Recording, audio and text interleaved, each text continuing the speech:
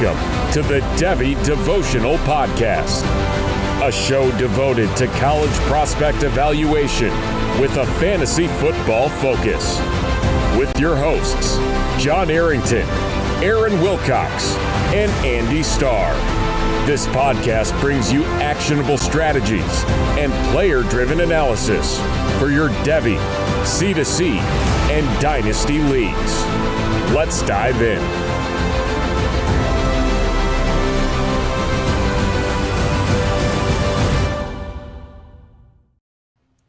Let's dive into the rookies. Welcome to the Devy Devotional, where we stay devoted to Devy. I'm your host, John Arrington, and tonight we're going to be diving back into the rookies. We did a 2-round mock on the last pod, just in case you missed it. Obviously, go back and check that one out first. But tonight, we've already done some actual rookie drafts. We've strategized, we've traded, we've done all kinds of stuff. We've picked the players that we love, possibly even picked a couple players that we didn't love as much, all that and more. And we're going to get to that tonight, but we cannot do it alone, or at least I can't do it alone. So I'm bringing on my good friend, Aaron Wilcox. How are you doing, buddy? I am doing well. How are you doing?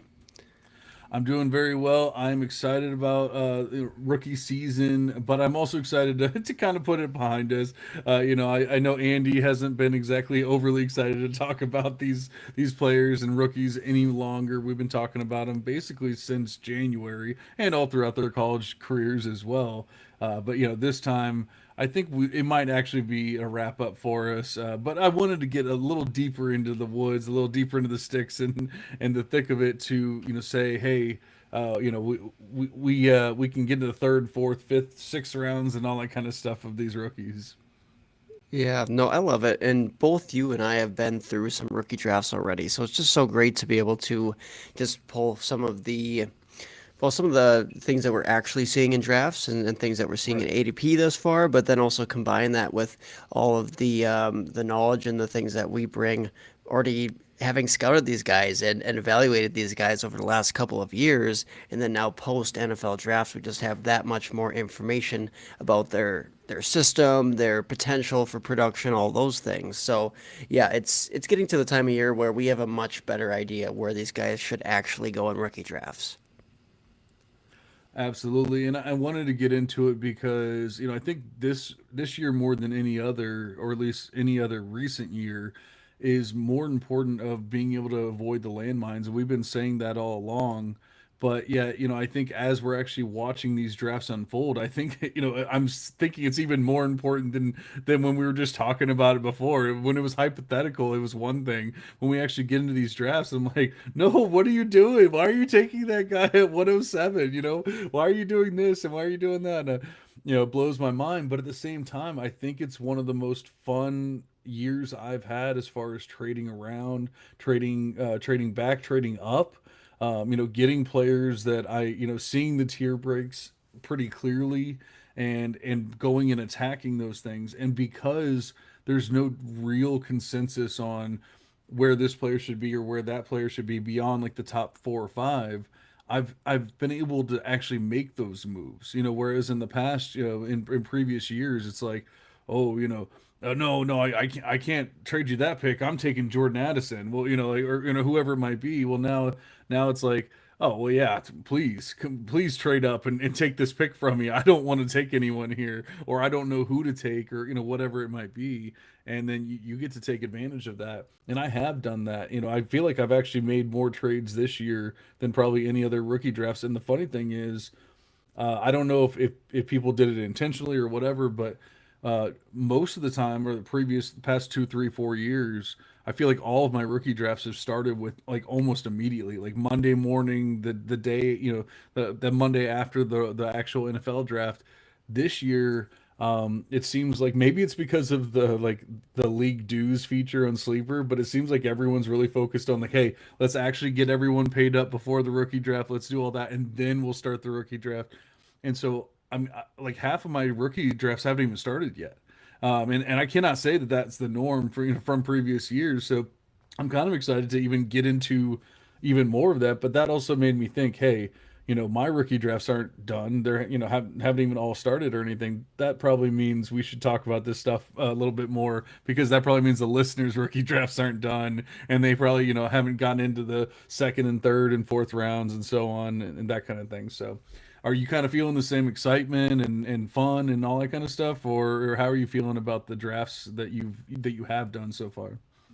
Yeah, definitely excitement for a couple of drafts that I still have left, but I will say it's been fun to get through two separate drafts so far for dynasty leagues. And what I will say is that I am excited if I am holding like a top six, seven-ish pick in this year's rookie draft. After that point, I am feeling much, much less excited, but not saying that there's not good or solid enough players in that range, but I do believe it really drops off after the top six or seven. For me, I think there's just a clear tier break after that point, and there's still, still some uncertainty with some of those guys, like the tight ends, if you want to start throwing them in, like the Ty Simpsons of the world, right? Those are some risky profiles, along with the rest of the wide receivers, and then all those like day three type of running backs that are littered in these rookie drafts. It's like you got to go with your guy, whether you maybe have a little bit more of a strong film bias or analytical bias to help you with that process. But there are some intriguing landing spots though for guys in the second to third rounds of rookie drafts. And so that I think has actually found it, even though the draft capital was not always there for some of these guys, there are multiple spots where I'm really eyeing up. So as we get deeper into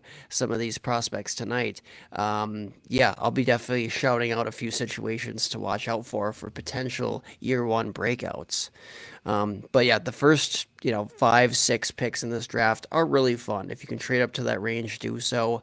Whether it's using some seconds, some thirds, whatever you can later in your drafts to move up. I think that's an awesome thing if you can get Jeremiah Love, Carnell Tate, Jordan Tyson. If you are really QB needy, Fernando Mendoza is a solid option there too.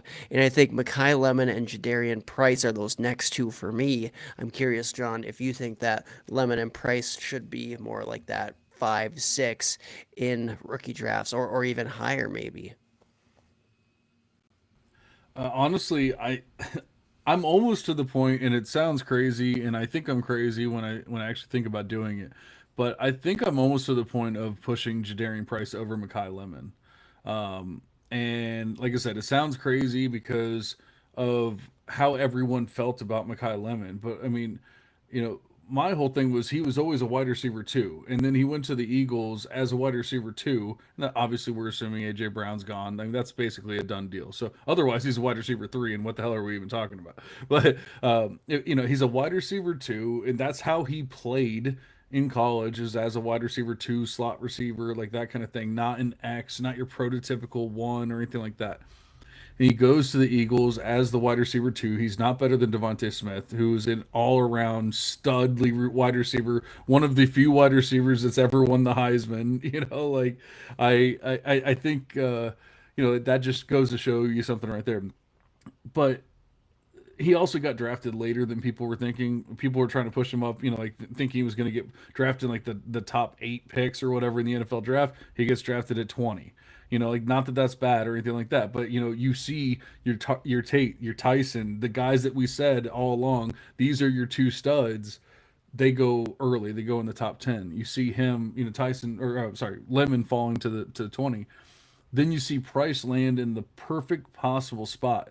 And I will admit, like, I'd kind of fallen out of love with Price throughout the whole thing, but it was mostly because of what the NFL draftniks were telling us. With he was dropping in draft capital. He was originally projected to be like a mid to early to mid second round pick, and then all of a sudden he was projected to be a fourth round pick. And I'm like, well, if he's a fourth round pick, I don't love him nearly as much as I did. But, almost throughout the entire process before we started really getting into draft capital, we had Price as our RB2, and that was, basically what we said. And then the combine happened, then the projected draft capital started changing. Next thing you knew, I moved up Mike Washington above them, but that was because their draft capital flipped. It was like Mike Washington was now going to be a second round pick, and Jadarian Price was going to be a fourth round pick. Now, you can say the Seahawks actually, overdrafted him, reached, whatever you want to call it. But the fact of the matter is, the Seattle Seahawks, who want to run the ball, went out and drafted him in the first round, a player that we really like, who's explosive, who has athleticism, who has been able, who's proven he can handle the rock and handle the running the ball. Maybe hasn't proven the wide receiver part yet, but I'm not overly concerned about it. And really, the only competition you have is Emmanuel Wilson, like a Jag, backup level player. And then obviously Zach Charbonnet, who we like, but who's coming off a major injury and probably won't be 100% healthy until November. So the more I think about it, I'm like, who's really going to benefit this year? Who's going to be a stud this year? I don't necessarily see it with Lemon. And Yeah. maybe that's my bias or whatever, but I just don't see it as much with Lemon. I see Price could just be a stud this year. Yeah, see, I think that Lemon is kind of that safe asset long term in Dynasty, right? But Jadarian Price, I mean, I agree with you that he goes into a great situation. And let's not sugarcoat it. I mean, Zach Charbonnet coming off of an injury and already questions about him just being a plotter, even though Seattle kind of likes him, right? He was able to score some touchdowns. But yeah, that's not a great thing for Charbonnet. And that first round draft capital invested in Jadarian Price, a guy with a lot of tread still on those tires, right? Despite an early career injury at Notre Dame, he was able to overcome that and still prove to be a capable enough rusher. He even going back to high school, he was an accomplished wide receiver or accomplished receiving back out of high school. Actually, Jadarian Price, every year I believe he cleared 20 receptions in high school, or at least through his like starting years in high school. So I mean, he can do it. It's just at Notre Dame he was not asked to because Jeremiah Love is a very good receiving back. Aeneas Williams is a good receiving back at Notre Dame, and they just weren't doing a ton of passing anyways to the running back position for guys like Jadarian Price.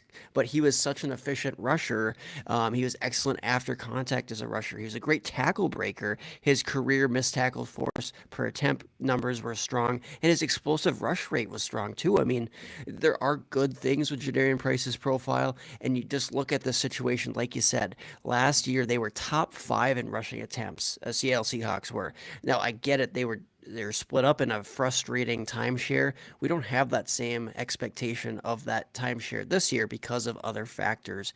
Kenneth Walker moving on, Zach Charbonnet injury, like you said, other competition there that's not that great. And he's walking into an offense overall was top 5 in points per game. I think Seattle retains a lot of their offensive players or a lot of their system. So I mean that's good. At the end of the day, I like the Jadarian Price thing. It's just when you look at guys who actually profile similarly to him as prospects, like from an analytical standpoint, from a workload standpoint in college, the hit list is very, very small, right? The hit rate is not great, but again, there's context to it that we have to apply. With he was sitting behind Jadarian Price, he had early career injury, those types of things. So I think we can get past it. You have to use a little bit of that context, which we always encourage. Yeah, and I know obviously I can tell I'm one of the lowest on Makai Lemon, out there. I don't hear too many other people saying that they'd be willing to take even Price over him or anything like that. I do think it's funny that for the most part, now everyone has kind of pushed Tyson and Tate ahead, where before it was all like, oh, I don't know, Lemon's my one, but so I do kind of love that. But now you tell me, Aaron, if this is too much hate towards Makai Lemon, because I was on the clock, or I'm sorry, I had a 106 pick. It was an orphan I took over a couple years ago, and the funny thing is, I actually made it to the Super Bowl the year one, but then the next year my team kind of fell apart. Whatever, I started going into like a retool rebuild. I ended up with the 106 pick. And I'm sitting there thinking, okay, I'm going to take Jadarian Price. I'm going to be sitting pretty, blah, blah, blah. Jadarian Price goes at 105. And now I'm sitting on the clock and I'm looking at Makai Lemon and I'm like, I can't do it. I cannot make this pick. I don't believe in Makai Lemon like that. And I don't want to make this pick. And so I put the offer out there because I knew obviously somebody was going to want Lemon. And I said, what kind of offers can I get? I thought they were going to be better than what I actually received. But when it was all said and done, I was like, you know what? I don't want to make this pick. So I accepted a trade, and it was it was 108, 211, and a 27 third for the 106. So essentially, I moved back two spots. I got a late second and a future third by moving back those two spots. I don't really care about moving back those two spots. It did not bother me at all. Somebody might say, "Oh my God, I can't believe you got rid of Lemon."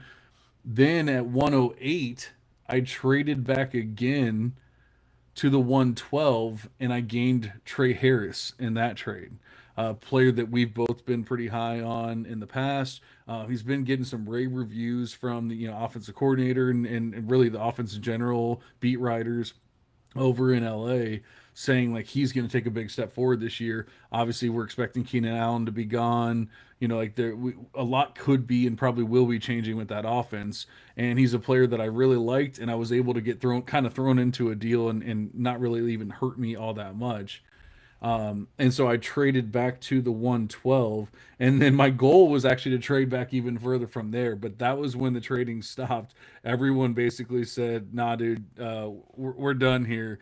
And that's part of this draft class is you get to that point where everyone's kind of like, nah, I don't really see any reason to trade up because I have three or four players here that I kind of feel the same about. But I went ahead and took Jeremy Bernard, one of my favorite like mid-tier wide receivers. I don't know that I feel all that differently about Jeremy Bernard and Mekhi Lemon when it's all said and done. I feel like they're kind of similar or like in similar circumstances. Maybe you could say Lemon's a little bit better of a prospect, sure. But when it was all said and done, I traded back from 106, got some extra picks, got Trey Harris, and still took Jeremy Bernard. What do you think of those trades? Am I crazy for letting Lemon slip? See, I'm still a big enough fan of Lemon, both from, a solid enough ceiling, but more from a floor standpoint. I don't mind the landing spot to the Philadelphia Eagles there, still first round draft capital. So for me, I mean, I actually don't mind the trading back two slots because there was two players there that I'd eye up in KC Concepcion, first round wide receiver going to Cleveland, and Omar Cooper, also first round wide receiver going to the New York Jets. So I would have been pretty interested in taking either one of them and pocketing that extra second and a future third. Absolutely.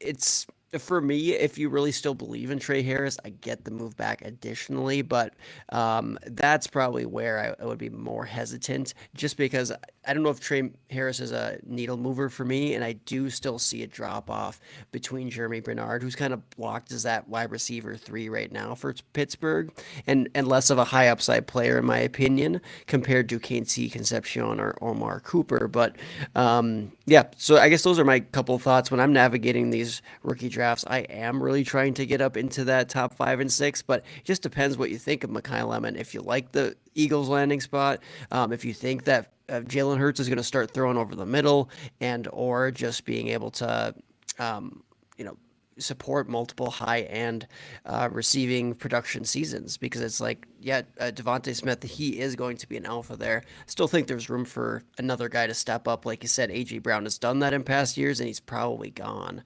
So that's where I stand in the whole thing. But Mekhi Lemon is definitely not going as early in drafts as he was before when he was like the wide receiver one, right, for a hot second there, at least on the Twitter sphere or on X, I guess we can say.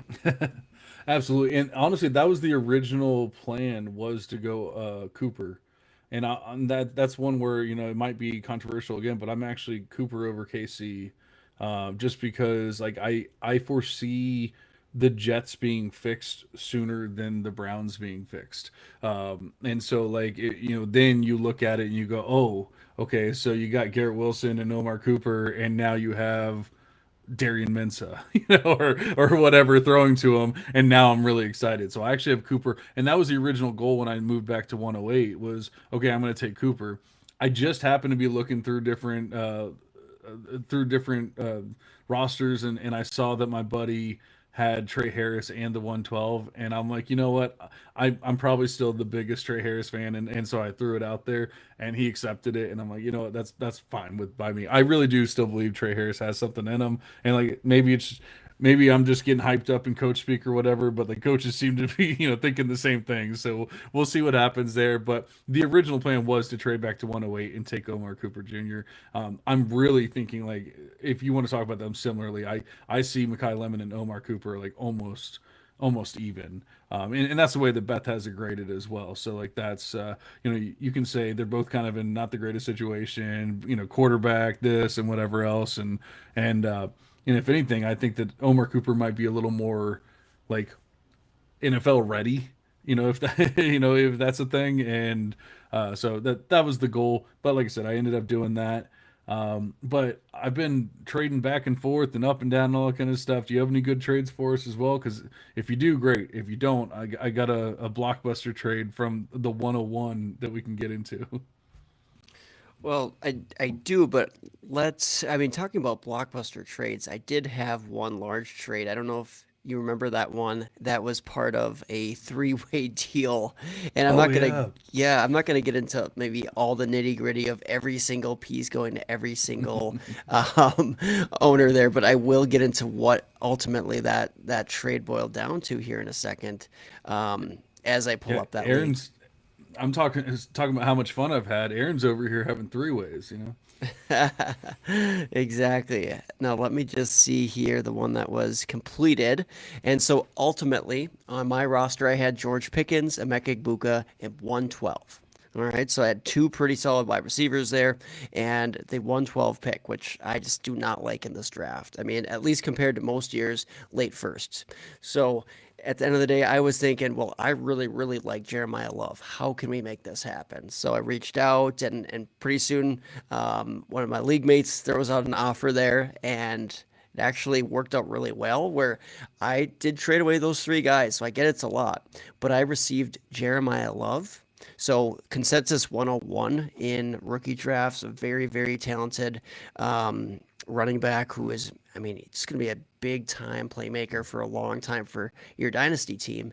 And Zay Flowers, who last season was a top 10 wide receiver in all of fantasy football. So I expect at 25 years old, Zay Flowers to have some nice seasons going forward. And then I got a 27 third kind of thrown in. So for me, I kind of figured let's, swap Zay Flowers and George Pickens, somewhat similar players, age wise, production wise, whatever.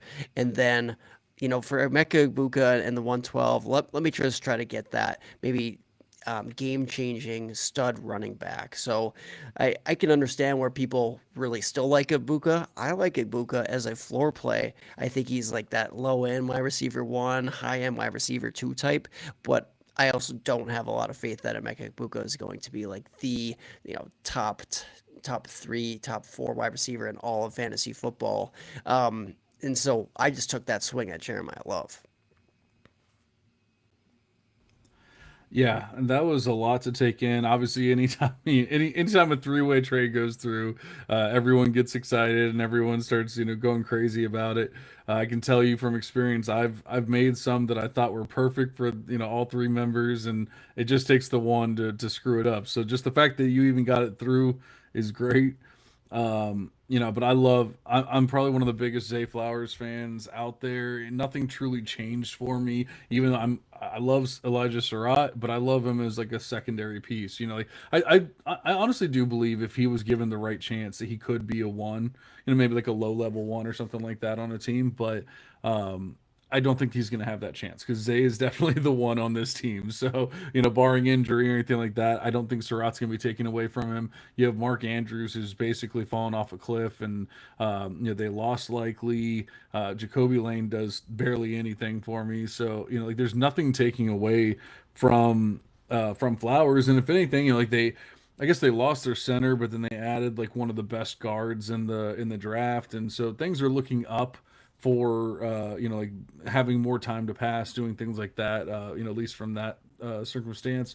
So I love getting Flowers there. Obviously, you've been the love guy for a very long time, and so getting your guy and not even having to give up all that much in a lot of uncertainty, at least with Pickens and with Igbuka. Like you said, we love Igbuka. We've loved him throughout the process, but then is he really a one? Is he really like the Studley one that's going to go out and change your team? I don't know. Pickens is a hothead. I mean, he might just decide he doesn't want to play next week, or whatever it is.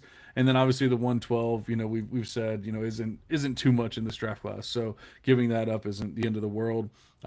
You're not going to get a Zay Flowers level at 112 or anything like that. So yeah, I definitely love that trade for you. And once again, I think this is a fun draft class because you're able to make those kind of moves. You're able to get that kind of stuff done. So you had a 101.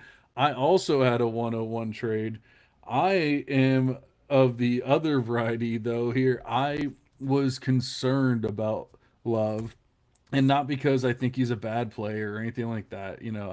I truly believe Jeremiah Love is a quality player, but I've said it all along. I'm not 100% sure how a team is going to look at him and use him. And he wasn't used as a workhorse in college. Is he ever going to be used as a workhorse in the NFL? You've said you have no concerns about it. You have no qualms about it. You think he's going to be a stud. Unfortunately, he goes to the team that has probably the most complicated running back core that we've ever seen in the previous year's starter. Then they bring in a high end, one of the highest end backups from someone else, and he's gone on and told people he thought he was being brought on as the starter. And now you bring in Jeremiah Love, who averaged like 12 touches a game or 15 touches a game, whatever it was in college. Is he going to be averaging 12 or 15 touches a game in the NFL? So I'm a little concerned about that. Maybe I'm wrong, obviously, but I just didn't want. I had the 101 that I traded for. I did not earn it. I traded for the 101, and I'm like, how can I benefit? How can I benefit from this? How can I make my team better? And so I reached out to a bunch of people trying to trade back, gain some extra value and do all that kind of stuff, and really no one was biting. And so instead, I'm trying to find the actual trade because I just want to make sure I don't say it wrong. Um, but instead of Oh, no, it was a different one. Oh, I made a few trades in this. I forgot. I forgot how many trades I made. Like I said, I've been having fun. Okay, so I found it. I also traded for Zay Flowers. Um, with the 101, I traded the 101 and Amarian Hampton for Jameer Gibbs and Zay Flowers. And the way I'm looking at it is, you can say people have comp love to Gibbs and all that, and that's fine. I think we'd all say we believe more in Gibbs at least this year, than you would believe in Jeremiah Love. So at the very least, I feel like I'm gaining something this year because I'm trying to compete. I'm trying to win that league this year. So I feel much better about Gibbs. But I honestly think that Gibbs is just a different level than Love even. But I won't argue with anyone that thinks they're in the same tier or anything like that. And then I'm with you with Zay Flowers. Like, I'm all about buying him anywhere I can. I've struggled to because I already have a lot of him. But in this instance, I was able to get him essentially for Amarian Hampton. And I didn't love giving up Hampton. I like Hampton as a player. I think he's going to have a great year. But I just felt a little more safety with Flowers. We've already seen the injury with Hampton. We've already seen them split carries and do things like that. And I'm like, I feel a little safer with Flowers. And I also needed a wide receiver, a starting wide receiver in this league. So I was able to make that trade, and I felt pretty good about it. And like I said, I think my team is more ready to compete day one of this year than it was if I had taken Amari Hampton and Jeremiah Love there. Yeah, I do like the move of getting Zay Flowers in that deal. Even if Omarion Hampton ends up being a pretty good player, I just don't know that we saw enough, both out of him as a prospect in year one to really say like he's going to be that difference maker, true stud at the NFL level. I think he lacks a little bit of the burst. So I've expressed some brief concerns on this podcast regarding Hampton. Not saying he's bad by any means, but it's not maybe quite that difference maker. So I do like investing in the wide receiver as a more proven and stable asset for your dynasty and C2C team. But I will say for me, I still really do like Jeremiah Love so much. I think he's an equal tier to Gibbs as a prospect, as a quality of player, and he's just younger. I understand the year one concerns, but I mean, it is at the end of the day, Tyler Algier. Algier was not relegating Bijan Robinson to the bench. Like they signed Algier before they knew that Love was there. It's not a subsequent signing. So they're probably going to favor the guy who's going to sell them a lot of tickets, make a lot of big plays, be very involved as both a rusher and a receiver.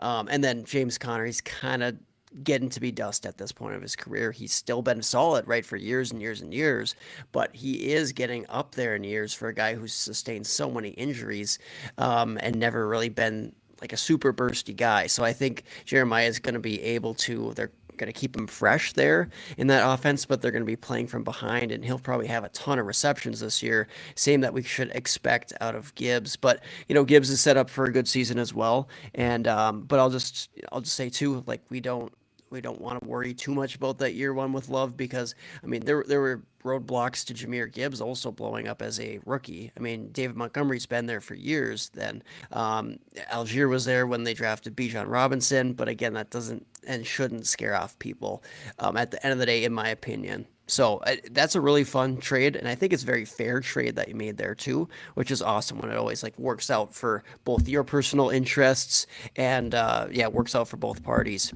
I am curious though. We on this podcast have kind of debated like who is the wide receiver one in the class through the last quite a few months, and I am coming around to Carnell Tate as my wide receiver one slightly over Jordan Tyson. And so I know that's probably controversial. I see the eyebrows raise. I see the Jordan Tyson thoughts going through the head there, John. And so tell me if that is a crazy take, as Carnell Tate was the first wide receiver drafted in the NFL draft. I believe it was fourth overall going to the Tennessee Titans. Yeah, you know what? I think this is what makes this a great podcast is that we don't agree on everything.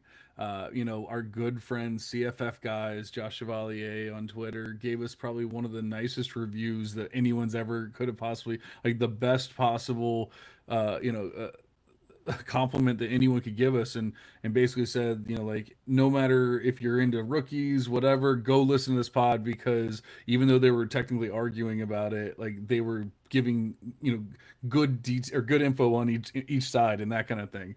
So whoever you agree with or disagree with or whatever, we're going to give you both sides of it, and I really do appreciate that. And obviously make sure you're following him. He's a good friend of ours, and probably one of the smartest at least CFF guys out there, hence the name CFF guys. But enough about Josh. I mean, Tyson's always been my one. That has never changed. Not to say that Tate was ever that far behind, because Beth looks at a lot of things that are different than a lot of other analytical models and things like that. And Tate has always been extremely close when you're adding in things like teammate score and things like that. Tate's obviously had to deal with a lot of competition, and I take that into account when I'm looking at his numbers and looking at what he's done. And so I love the player, but I look at the system, and it's not that I love Tyler Shuck. It's at all. It's not even that I believe in Tyler Shuck long term. But you can't. I don't know that we can truly say we believe in Cam Ward long term at this point. But what I do believe in is Kellen Moore runs the most plays in the NFL every single year. He's done it when he was at Dallas, when he was in Philly, when and then last year they ran so many plays. Their defense hasn't gotten substantially better, so they're gonna have to be throwing, and they're gonna be throwing a lot. I don't want Chris Olave to get hurt, but obviously he hasn't been the best bill of health or anything like that. So there's a chance that he could obviously be sidelined at points.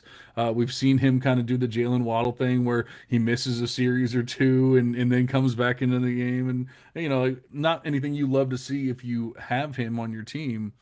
But when you're talking about Jordan Tyson, I think Tyson is actually a very small step ahead of Chris Olave. Maybe it won't be day one, but I don't look at day one for my rankings. I look at I look at day 250 or whatever when they're when they're competing and when you're going into the playoffs of your dynasty league and things like that. That's what I'm looking for. Do I think Jordan Tyson could be the wide receiver one on that team by week 14? Yes, I do. And so that's what I'm looking at, and that's how I'm ranking it. Is I think Jordan Tyson will eventually take over. I don't think he's like miles ahead of Chris Olave, but I do think he will take over. Obviously, Carnell Tate's going to be the wide receiver one on his team. I don't think anyone's going to truly question that. But I just think when you add in the scheme fit and everything with Tyson, the fact they're going to be playing from behind most of the time, and they actually had one of the easiest schedules last year, the Saints did. Warren Football or whoever, Warren Sharp, whatever his name is, just put out the most recent one, and they actually have one of the most difficult schedules in football this year. So what does that mean? A lot of garbage time passing, a lot of trying to play from behind. They were already doing that when they had the easiest schedule last year. So I'm seeing a lot of passing, a lot of passing, a lot of passing, and Tyson is just a better player in my opinion than Tate. More dynamic, higher ability to score touchdowns and get big plays than I don't see as much with Tate. That doesn't mean I hate Tate, but I can't do it.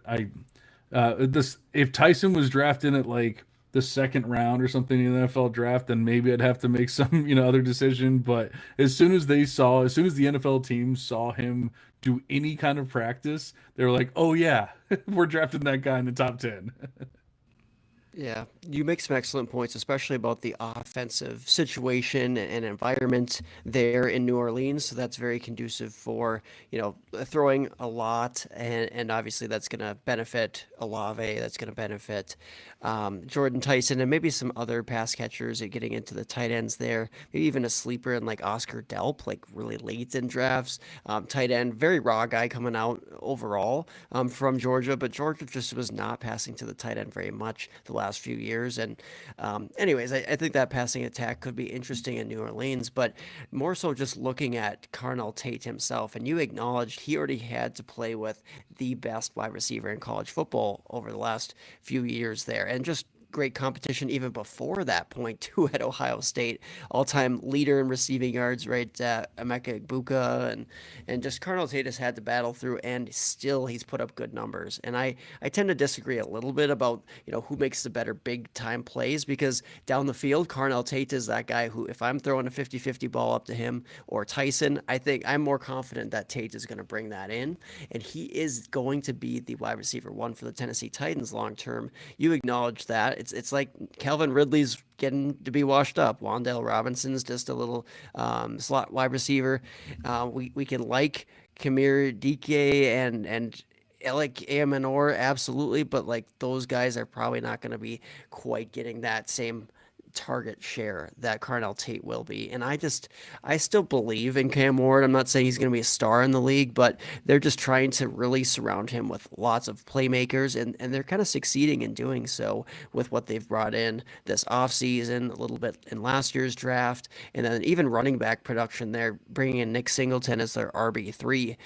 Kind of a fun offense for the Titans. So I see a lot of upside there for Carnell Tate in Dynasty. And then just looking at Tyson's profile with the injury history, like Carnell Tate's a little bit earlier declaree for the NFL draft. Like Tyson, we just have to consider, like you said, but him potentially missing some time here or there. So, this is not me saying, oh, avoid Tyson. It's just more so I have this feeling that Carnell Tate, if I had to, pick between the two, I might be, let's say 60% of the time selecting Tate, 40% of the time mixing it up and selecting Tyson, because I want both guys on my fantasy team and my rosters. I don't disagree with that. I love Tyson too much to ever skip him if he's available, but I also tend to just draft that way. I know technically I could probably benefit from doing more of the portfolio, and that kind of thing, but I've never really drafted that way. If I have a player that I rank higher and he's available, I'm just gonna take him. But that being said, I wrote an article for DLF in January 1st of this year. And in that article, or after I wrote it, because I said that Jordan Tyson was my 101 overall, even over Jeremiah Love in that article. and obviously that got some pushback. And surprisingly, I actually got quite a few people that were on board with it as well. Now that was also in early January, but point of the story is I had someone comment on it and say, "Hey, would you take anyone else ahead of Love?" And I was like, "I would consider Tate.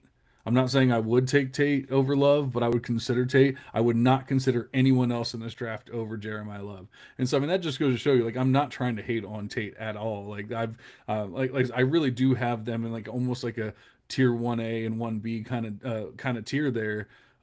But honestly, the only reason why we're even looking at it and saying tier 1A and 1B is because of Tyson's injury history. If it wasn't for the injury history, Tyson's up here and Tate's down here as far as I'm concerned. So I do have to have that in the back of my mind. He obviously does have an injury history. There are concerns. Even though I'm talking about the scheme and everything, Tyler Shuck could go out there and just completely flame out, and then, or he also has a crazy injury history. He could get hurt, and it's not all perfect. So I'm with you. Maybe it should be 40-60-40, 50-50, whatever, but I'm always leaning Tyson there. Um, but I wanted to ask you, because one of the things that I think people get caught up in is thinking like they have to make a draft pick, and thinking that they can't trade out. And one of the points that I want to give our listeners this year more than anything, is I've noticed the ability to trade out of picks as far as trading for players. You don't have to trade for another pick, but trading for players is something that you can absolutely do. And so that was something that I did in that same draft class that I traded the 101 for Jameer Gibbs and Zay Flowers. I also had the 107, and when 107 came up on the clock, I'm sitting there looking at Casey Concepcion and Omar Cooper, and I'm like, I just don't. Once again, I want to compete this year, and I don't know that these guys are drastically helping my ability to compete. Not that I hate the players or anything like that. Just I'm trying to look at, are they helping me this year or are they not, like that kind of thing. And I don't think they're changing the game. And so at 1-7, I traded the 107 and Sam Laporta. I have quite a few. I have Trey McBride. I have Dallas Goddard and Aronde Gadsden. I have quite a few tight ends, so I'm not overly concerned. I traded 107 and Sam Laporta, and I got A.J. Brown and Cade Otton back. I got Cade Otton back just to get some kind of like tight end depth, just to make sure that I don't like end up like missing it in bye weeks or anything, like not having a tight end to start. But essentially, I was trading for AJ Brown. I'm looking at him going to the Patriots, and I'm like, man, what are him and Drake May? He and Drake May? I don't know what the proper grammar is there, but what are they going to be able to do together in New England? When he's really the only show in town, he's going to get that focal point. He's not going to have DVS taking balls away from him, Dallas Goddard, whoever else. And so I really think it's going to be a match made in heaven. He's not that old, with all things considered. And so I just want to say to the listeners, I know everyone's probably going to have a differing opinion on AJ Brown right now, whether they like him, love him, hate him, he's too old, or whatever it is. But don't just think that you're stuck making that pick. If you don't love it, find someone. Go find a player that you like and go make that trade. I think that's an excellent point, and I did trade for AJ Brown this season. It's not really applicable to our rookie talk because it was in a C2C league, and I traded Osman Chroma and Danny Scudero for AJ Brown. And I was just like, yeah, trading some kind of unproven guys, no guarantees that they're NFL players for a guy who definitely is a good NFL player still. So I really, really, yeah, I guess I don't mind trying to acquire some proven assets, like you said, with AJ Brown. And then I actually think we've talked briefly this offseason about acquiring Marvin Harrison Jr., and that's another move that I did in a C2C league. I think that's a guy where if you don't like where you're at in that mid-first range and you think that MHJ is available in leagues, make an offer, try to acquire him, get creative with it, maybe throw in some extra thirds or whatever it takes just as sweeteners. But if you can move out of that, 109, 110 range, something like that, plus maybe a later pick for a guy with the upside that Harrison Jr. has. I think that's an awesome move to make. So it sounds, you know, kind of silly for some folks out there. They're like, that'll never happen. I just literally saw on the timeline today, Marvin Harrison Jr. was traded for a 201 in this draft and like a future third or something like that. Like Oh my I'm god. yeah, I'm hopping on the Marvin Harrison Jr. Bandwagon if 100% of the time with that type of a Yeah. cost. So that's not a lot to pay. But we should maybe get into some of the second round, maybe some of the sleepers even later into drafts here Sure. in this class. Because in these drafts, I find myself kind of saying yucky in that late first range, like really end of the first, I should say, and then early second. But then as I get later into the second, I'm like, oh yeah, it's more tolerable than to draft the best guys who fall into that mid second range. And then into even like the third and fourth round, I have some guys I'm somewhat interested in. Do you feel similarly about the second round and so on? Yes and no. I think you feel that way because you're looking at some of these players as like, if they're there, I have to at least consider them. I'm looking at some of those players and saying, I don't care if they're there, I'm not considering them. Like at least in the second. Like you start getting in the third or fourth or something like that. And like I think I said on one of our pods at one point, like if we get to 408 and Zachariah Branch is still there, I will take him. Like there's always a time and a place, but but not 208, not definitely not 108. Obviously like, people were taking. I heard a pod talking about Deshaun Stribling at 107. Taking Deshaun Stribling at 107. And I'm just like, what are we doing? Like everyone sits there and goes, oh, we're not going to fall for the CEHs anymore. We're not going to fall for, the N'Keal Harrys anymore. We're not going to do that. And then boom, a player goes 3 rounds too early to the 49ers and everyone's like, first round pick, you got to take him. What are we doing here? So, I don't see it as ugly as you do because I don't really care if I reach or whatever. Now, I also understand I don't have to reach. Like last week I said, I would take Elijah or Surratt at 112, or 111, whatever it was. I also understand I don't have to, and I've gotten Surratt all throughout the second round, mid second, late second, all that kind of stuff. That's where he's really going more than I've even seen him in the third, sometimes, and that that's where he's going. But like that doesn't mean that he's a worse pick, at least in my mind. Like he's still a better pick than taking a Denzel Boston, who's the wide receiver 4 on the Browns. Like I don't care about that. So even though obviously like technically the ADP would say you have to go Boston here, I don't care. So yes, I understand that it gets ugly if you're looking at ADP. But if you just stick to your guns and that kind of thing, then I don't think it's really as bad. But when you're going by the ADP, I do think it gets a lot more fun in that back of the second round where you actually go, oh, these are players I actually like again. Instead of the players that are just like, oh, we're supposed to like these guys because they went early or they, people were hyping them up 4 months ago or whatever. Those are the guys that are going early second, and then you get to the late second, you actually get your Elijah Surratts and Mike Washingtons and players like that you're like, oh, I actually like these guys. Yeah, no, exactly. I mean, it's fun when you can get those guys in the late second because there's no way I'm paying any sort of late first for like a day three wide receiver, like, and that's kind of stuck in a tough situation there, like Elijah Surratt. Like, no matter how much I liked him pre-draft, he's kind of fallen into that like Alec Amanor type of bucket. And I mean, I get it's different situations and whatnot, but yeah, I mean, we have Zay Flowers there, we have an alpha. I think they drafted Jacoby Lane earlier, so they intend to try to utilize him. They kind of cannibalize to a degree there, even if you think Surratt is the better wide receiver. I mean, I think analytically he definitely profiles as a better player, but there's some noise there. But what I will say is I've come around to the idea you shouted out like Jeremy Bernard. I think in that second round range, very, very solid pick. Obviously like Eli Stowers, Kenyon Sadiq, they're not making it to the second round. You have to select them in the late first. At least Sadiq. I mean, Stowers might be there in the 201, depending on the league or the draft, and I'm okay with that pick as well. But I'm actually warming up to the idea of like Antonio Williams in the second round, and I know that's kind of a taboo topic on this podcast, we've not really been that complimentary of Antonio Williams through the years because he has never really lived up to the immense upside, or at least the hype that he was getting like as a freshman wide receiver at Clemson. But he was a guy who's just contributed each year despite some really strong competition, like continues to have good competition there with TJ Moore and Bryant Wesco Jr. And Antonio, despite dealing with some injuries along the way, he tested out really well at the NFL Combine and went day 2 with just a perfect situation with Jaden Daniels and the Washington Commanders. Like Antonio Williams could be the wide receiver 1 there if Terry McLaurin misses some more time at 31, going on 31, I believe, years old. Terry McLaurin, he's not getting any younger.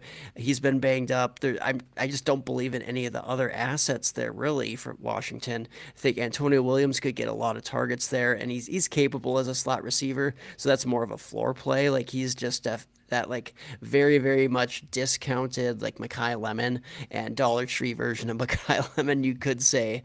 And then, even like the Jonah Colemans of the world, the Chris Brazzell, the Chris Bells, like those are guys in the second round range. I'm okay taking a shot just in case those guys get some opportunity, because Coleman, I mean, they obviously invested in him to try to utilize him long term for the Denver Broncos.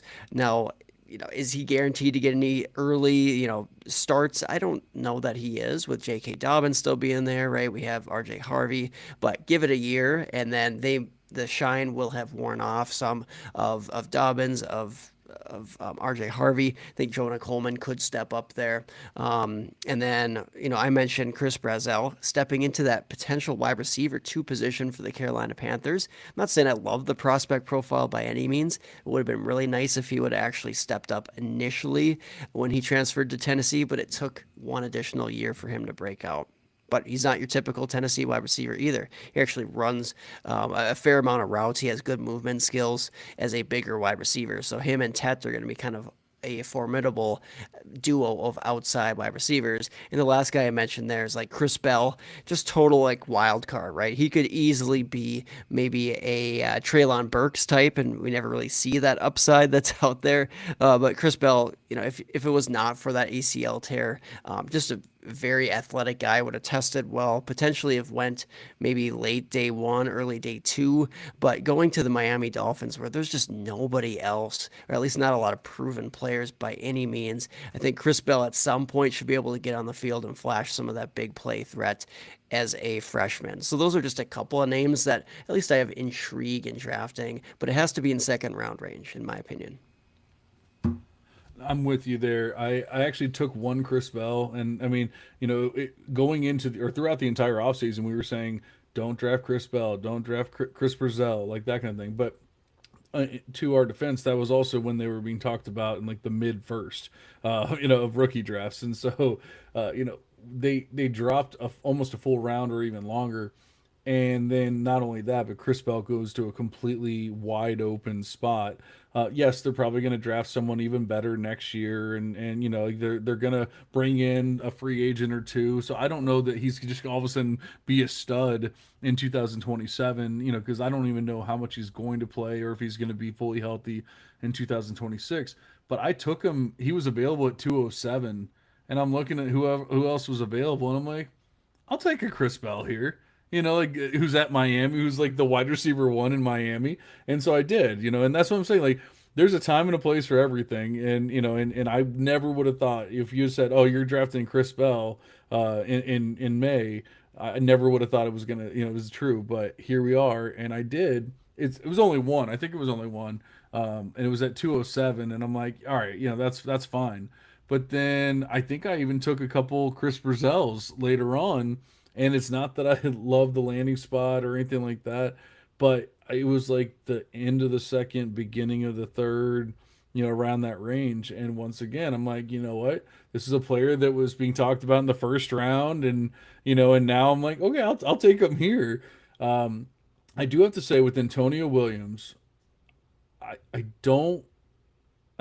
He's way overhyped now. The second he landed on the Commanders, everyone started pushing him up. He's like, I've seen him go in the first round. Obviously that's crazy. You're not talking about that. You're talking about if you can get him in the second, which is fine. The only thing that's in the back of my mind is they've basically guaranteed that Brandon Ayuk is going to that team. I know it's kind of out of sight, out of mind right now. People are saying Brandon Ayuk's crazy and this and that. I really think he's just ghosting the 49ers because what he wants the 49ers to cut him. He does not want to be traded. He wants to be cut and get a new contract with another team. And he doesn't want the 49ers to benefit from, him being traded over there. They get a third round pick or whatever it is, and he doesn't want them to benefit. So he knows they're not going to keep him and pay him his salary, by him not showing up, him not doing any of that stuff. So they have to cut him by like training camp or whenever, or else they have to start paying his salary. They're not going to do it. He's just, as far as I can tell, he's basically just holding them hostage until they actually do it. And then the second they do it, he's a Washington Commander. So Antonio Williams looks great until it's now Terry McLaurin, Brandon Ayuk, uh, Zach Ertz, and who was the other tight end that went over there? Was it just It David wasn't Sanders Chig. or Chig? Yeah, Chig. Yeah. Yeah. So Chig's over there. I mean, Antonio Williams was not a target getter or target earner in college. What makes us think that all of a sudden he's going to be this major target earner in the NFL, just because he's in a good situation? Like he was in good situations at Clemson, and he was never, except for his like true freshman year, he was never a real target earner. And we saw as soon as good competition came his way, he took a giant step back and was like, "Oh, you guys go play. I'm going to sit here until you get hurt." So I do want to push back on the Antonio Williams and the Jonah Coleman. He's too slow, man. We like Audric Estime is probably a better version of Jonah Coleman and was already on that team and already flamed out and got kicked off to another team. I just don't see it happening with Jonah Coleman, and he's going way too early. I mean, 201, 202. You start talking to me in the end of the second, maybe we can talk then, but at 201, 202, I cannot be taking Jonah Coleman. Yeah, no, I totally do get that with the Jonah Coleman concerns there. Athleticism is not his strongest trait, but he also was pretty efficient in those early years. It really took that injury for him this last year to start plummeting down some of those efficiency metrics. So he was just a different player once banged up this year. And I get it coincided with tougher competition levels and whatnot that they were facing, but I really do think that's a big part of it. So if that is, the big reason for Jonah Williams or Jonah Coleman, sorry, not really having a great season, we'll realize, oh wow, we were a little bit too low on him, just overreacting to some of the, I guess, trending down stats from down the stretch in this last season. So I think Coleman, at the end of the day, I don't think he's a special player, but he could certainly just get some carries, and that's what we want at the running back position. Like, I think Nick Singleton, give him a year on the Tennessee Titans, he could fall into a pretty big workload there. Just as a guy who has such great athleticism, even just talking about getting touches like Katron Allen there, same team, Washington Commanders. There is opportunity for him in that backfield. I'm not saying Katron Allen is a great player or some sort of great, he's not a great athlete, that's for sure, but he is a solid enough player at the running back position just to earn some touches. And if the opportunities come his way, he could have a very serviceable year, especially down the stretch. As an experienced starter or experienced player there at Penn State, I believe he's their all-time, is it their rushing leader, Katron Allen? Better than Saquon Barkley, better than Nick Singleton. Katron Allen, he did a lot there from a rushing standpoint throughout his career at Penn State. So I think there's enough there for him to really take over a role. And I appreciate the context with the Brandon Ayuk thing to the Commanders. I guess we'll see if that actually happens and if he has anything left in the tank. There's obviously a lot of skepticism there, but that does push Antonio Williams down, definitely if that happens. But I'm curious, any other guys that you think are good in that second round range or really intriguing? Or how about, sleepers that are a little bit later in the draft?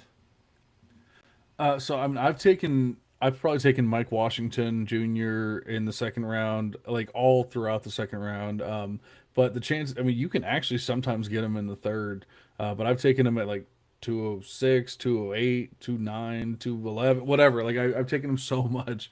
I've and to the point of like I was really like, am I when I was on the clock, I'm like, am I taking Surratt or am I taking Washington? Like that was those were like my two choices there, like closer to the back end of the second, and it was like kind of always one of the two, and I think I kind of have a good mix of both. Um, but I just don't think I think everyone just kind of forgot about Washington because he's a backup running back. Except for what does Kubiak do? He uses two running backs. We've seen that throughout his history. He wants two running backs, and when people were screaming at their TVs saying, "Why is Zach Charbonnet running when Kenneth Walker could be running?"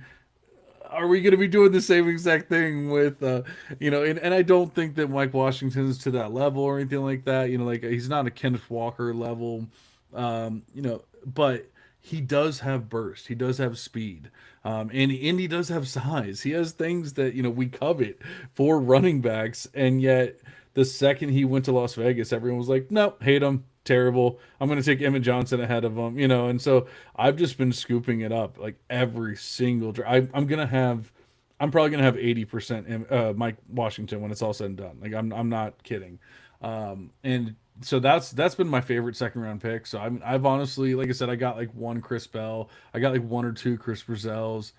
I'm almost every other pick was either Elijah Surratt or Mike Washington, and luckily I traded for like multiple seconds and stuff like that, so I was able to take both in a lot of spots because I like both players.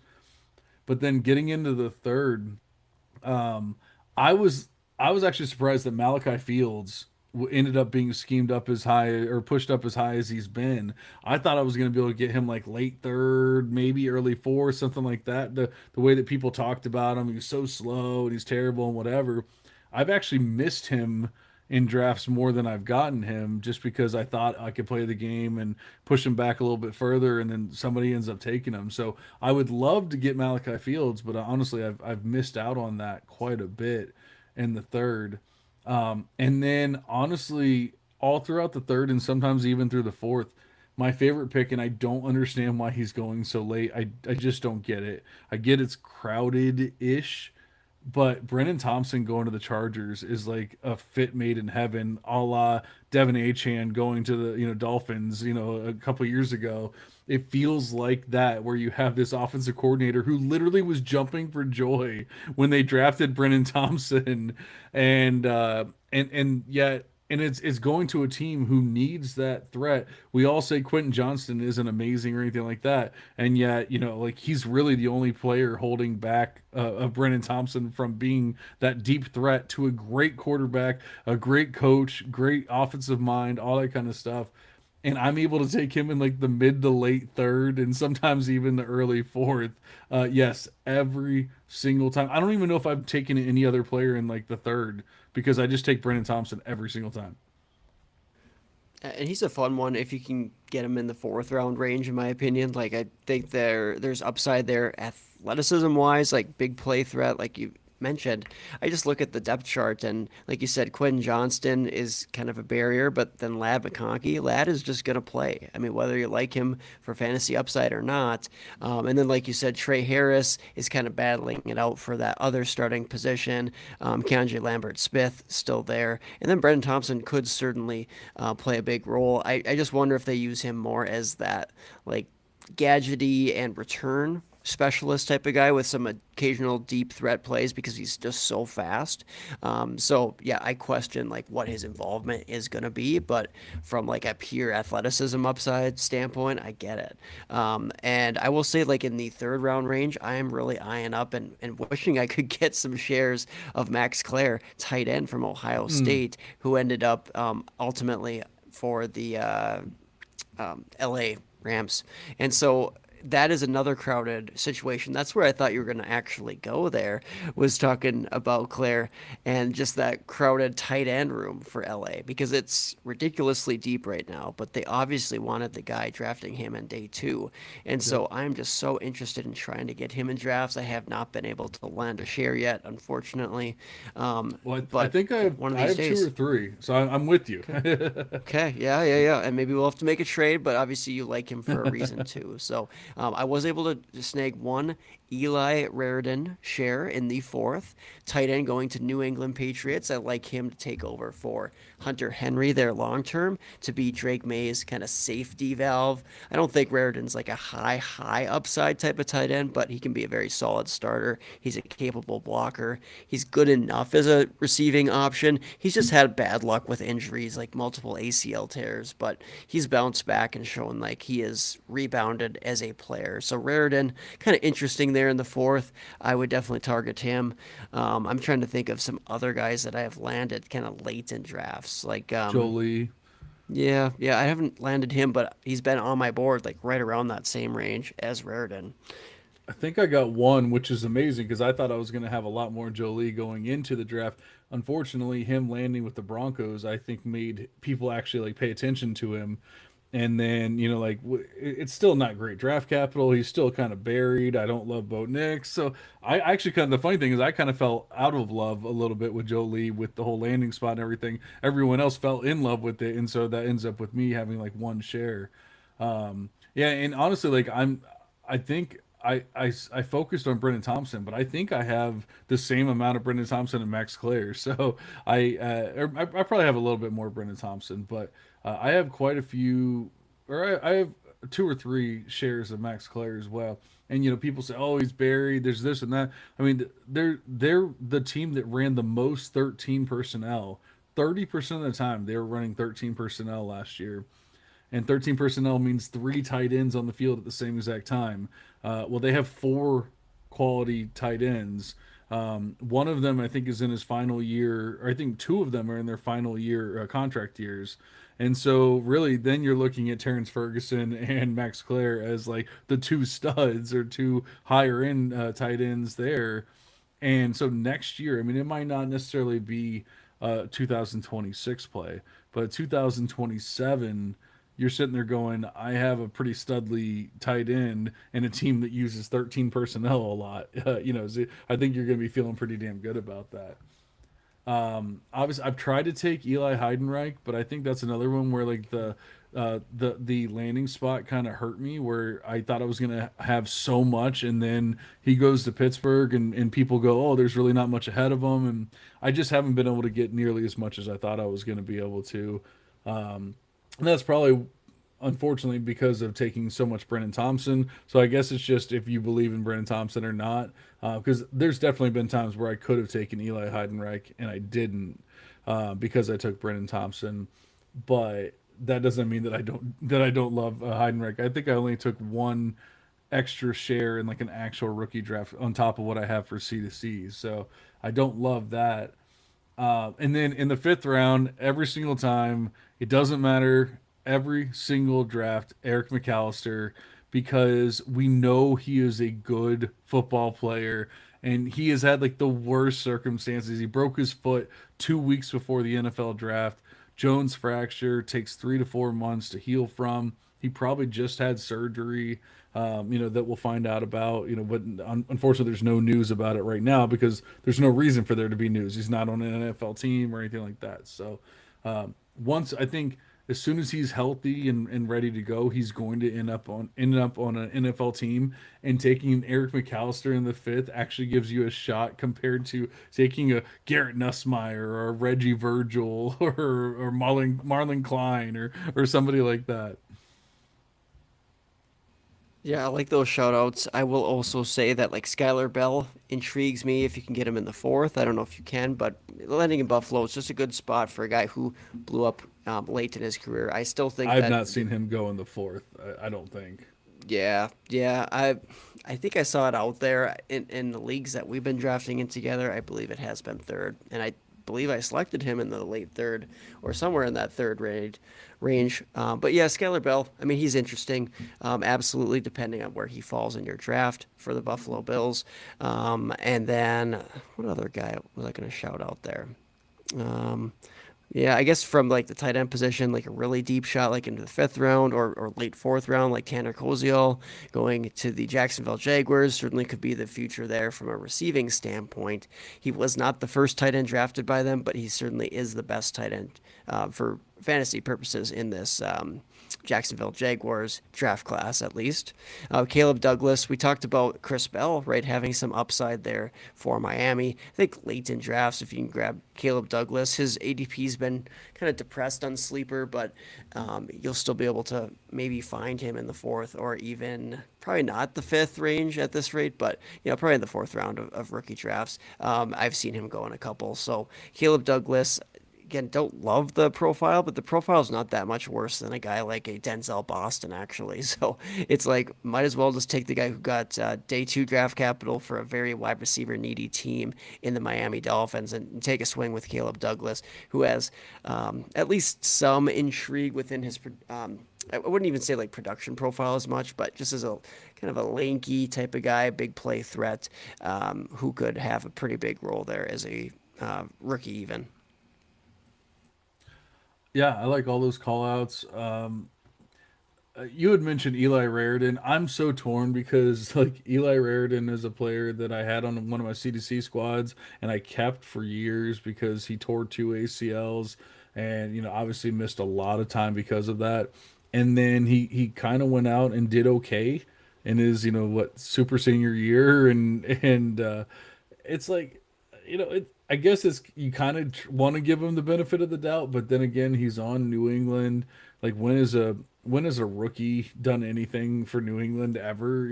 It's such a hard offense to learn, Josh McDaniels' offense and everything. So I really think you're talking about multiple years before Eli Raridan would even be like a factor in the NFL. So I almost, and it's not me hating on the player because, like I said, I want to give him the benefit of the doubt. I really do, and just be like, hey, he didn't have a chance until he got healthy, and then he did okay. But I almost want to just take somebody else there and say, hey, could you benefit my team more now? And then I can always trade for a Eli Raridan or something like that later on. And that's where I'm looking at those kind of players and being like, are you really going to do anything in year one? And I can see Brennan Thompson doing something in year one. I could see Eli Heidenreich doing something in year one. And that's why I'm like, I'd lean those players just because they really could. I mean, Eli Heidenreich, he's not the best running back that I've ever seen in my life, but he literally has like 2 nobodies ahead of him just about.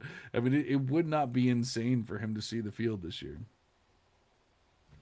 Yeah, I don't see the path there for Heidenreich as much. I just see with the Steelers just such a deep both wide receiver room and then also running back room at this time. And I don't even not even saying it's great, but I mean at the end of the day, I think there's more proven commodities. Unfortunately, there right now when you're looking at Jalen Warren and they paid Rico Dowdle to come in, so and Caleb Johnson, right? I mean we don't even know if he's going to make the team, but at this rate, yeah, who knows? I actually forgot he was on the team.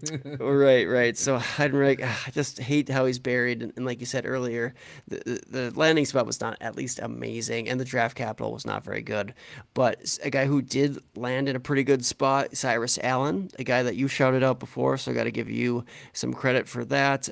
Going to the Kansas City Chiefs on day 3, they just need another wide receiver. He could be that wide receiver 3, 4 for them this season, and that's an intriguing one for sure. So just take a shot on him and hope that he kind of develops there a little bit. And then, I mean, in these drafts, yes, you can take shots on the Kalen Blacks of the world, the Adam Randalls of the world, just to see if you get a nice handcuff situation.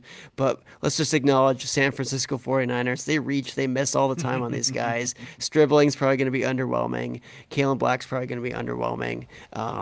But then going to Baltimore, if you can get Adam Randall in like the mid 4th, I think that's a good spot for him. Ultimately, he is a potential one injury away type of guy for the Baltimore Ravens. It's just as a pure runner, he's not the most natural. He's a converted wide receiver, right? No. So it's going to be he's tough. Not going to break. He's not going to break tackles or break big runs like the King is, but he could be a goal line back for them. Like he could be that. So there's definitely something to think about with Adam Randall. I haven't drafted any just because he's going too early for me.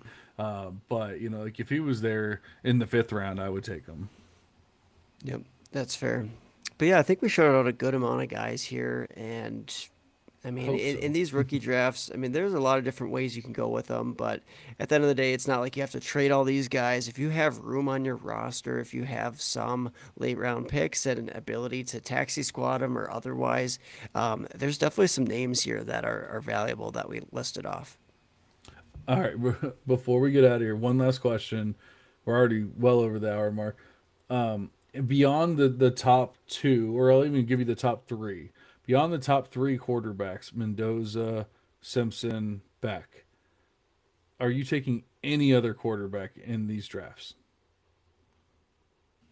Yeah, I mean, I think it's definitely fair to shout out back there who you could draft in the, let's say late second, but I'd be more comfortable there in the early third, Sure. in super flex formats, obviously. But I, I have always been optimistic for Drew Ellar's potential and development. He lands in the Pittsburgh Steelers organization where we've seen them even give shots to guys.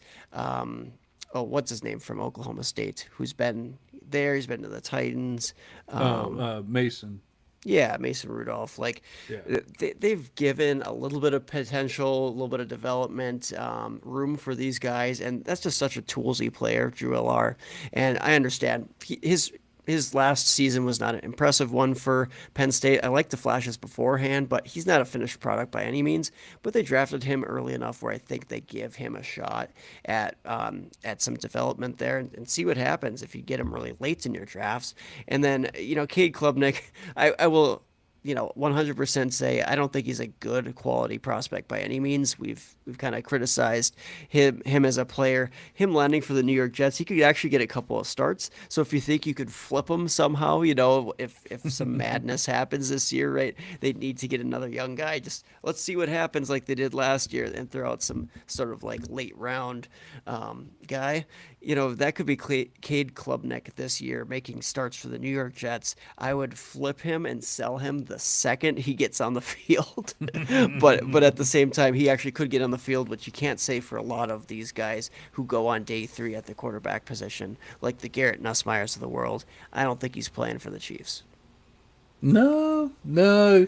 Somehow I don't think he's beating Justin Fields, and for some reason I don't think he's beating Patrick Mahomes either. But I heard Mahomes is a decent quarterback. Yeah, I yeah, hear he's this. okay. He's okay. No, I'm sorry. That was actually the incorrect answer. The answer was you do not draft any other quarterbacks besides the top three, and you don't even draft the top three. So that was the correct thing. No, I get it with Delari. He's going way too early. Like I've seen him drafted in like mid third, early third, and stuff like that. I'm like, there's players that I actually think could help your team rather than like throwing a dart. Fourth round, fifth round. I've always said, I I will never make fun of someone for a fourth or a fifth round pick. I do not care. If you have some guy, you go, I truly believe in Taylor Green. Great, pick him. But in the first, second, and third, there are players that can actually help your teams, and I will make fun of you for those picks. Do not take Drew Alar in the third. You start getting the fourth, sure. I don't care anymore. And it's not to say that you can't get good fourth round picks. I mean, I've had quite a few that have actually hit. Over the years, but obviously there's so many that have not hit as well. So that's the thing. That's the truth of the matter. But yeah, I just can't do it. And miss me with the Cade Klubnik love. I just can't do it. I'm giving Carson back at least a semblance of love because like he actually has a legit possibility of seeing the field this year. I don't want to give Carson Beck love. I don't want to say that that you should draft him, but I think you kind of have to, like late second, early third. I get it. I mean, but it's somewhat similar situations there in my mind where there's just QB uncertainty, especially long term within those franchises, and they want to give a young guy some opportunity. But yeah, I mean, no doubt, I agree with you. The priority there is Carson Beck if you are drafting a quarterback here, kind of later in your rookie draft. So, yeah, kind of a gross position this year. Better times ahead. So keep listening to the podcast here. We'll go over some very intriguing potential round one candidates for the quarterback position this next draft class, which we could see 3-4 quarterbacks go in the first round next year if things play out how they're kind of currently trending. Yeah, and that'll be fun and interesting to see. Even if they don't necessarily belong like a Ty Simpson, they'll still get drafted early. People will still draft them in rookie drafts, and it'll still be beneficial for us. So, yeah, I think that is a good quality conclusion on the rookies. That doesn't mean we're done. That doesn't mean that we're done helping you guys or anything like that. Obviously, reach out if you need help. I actually, I apologize to the listeners. I did not realize how many of you had reached out in my DMs, and the way that Twitter/X is now working, I'm not getting notifications of like message requests and stuff like that. I actually have to go to message requests, and I did it the other day. And then I found messages from January, February, March, April of people saying, "Hey, what do you think of this player? Hey, listen to the show. Really, blah blah blah." And I'm like, "Oh my god, I felt so bad." So I DM'd all of them back. Hopefully they don't all hate me. But it took me 4 months, 5 months to get back to some of them. I did not realize that. I will be more cognizant of it from now on. So don't think that we're not here for you. But yeah, absolutely reach out if you have any questions. If you need any help, reach out and let us know, and we can absolutely help you with your rookie drafts and all that kind of stuff. Because there's a lot of information out there, and not all of it is 100% great. So we want to be we want to be as helpful as we can possibly be. Obviously, if you are liking what we're doing, make sure that we know that by liking and subscribing and giving us some 5-star reviews on Apple Podcasts and Spotify. We will be back in your ears with probably not rookie talk in next week's episode. But for now, we're gonna go ahead and cash out. See you guys.